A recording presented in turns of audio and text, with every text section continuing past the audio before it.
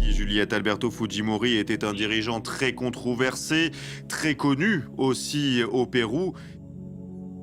Et je vois au moment où je parle, le décès d'un président de l'Amérique du Sud est annoncé dans l'actualité. Il avait même été emprisonné pendant de longues années. Je vois un président de l'Amérique du Sud être annoncé dans l'actualité. On parle de son décès. C'est sa fille Keiko Fujimori qui l'a confirmé en début de soirée ici au Pérou. Plus tôt dans l'après-midi, un prêtre avait été aperçu à la sortie de son domicile, devant lequel s'était massée la presse péruvienne. Étaient présents aussi ses enfants, ses proches, ainsi que d'anciens députés.